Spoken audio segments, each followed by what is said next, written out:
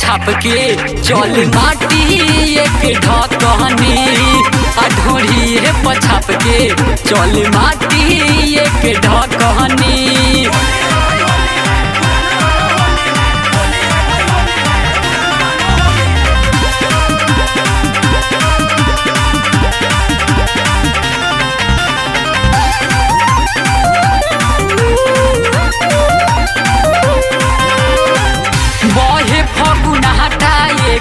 जो बना दुनो खिलल बा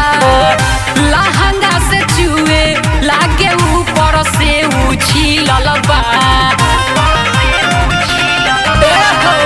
बहे फगुन हटाए कर जो बना दुनो खिलल बा लहंगा से चुए लागे ऊपर से उछिलल बा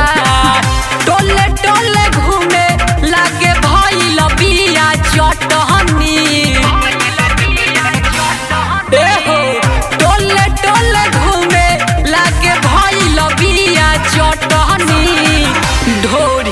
छाप के चल माटी एक ढकनी ढोरी पछाप के चल माटी एक ढकनी।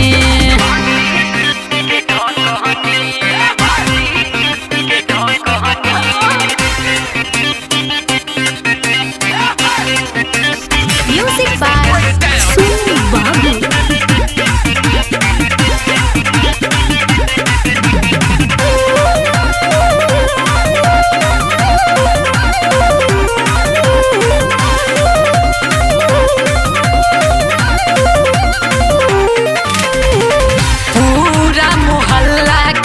जुगार बाटे होली में राजन चंदन कहे रंग डाल सचोली में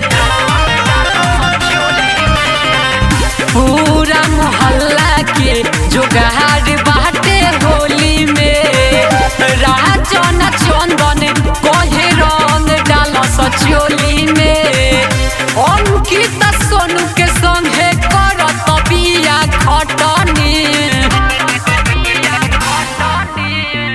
धीरज अमित के संगे करत बिया खटनी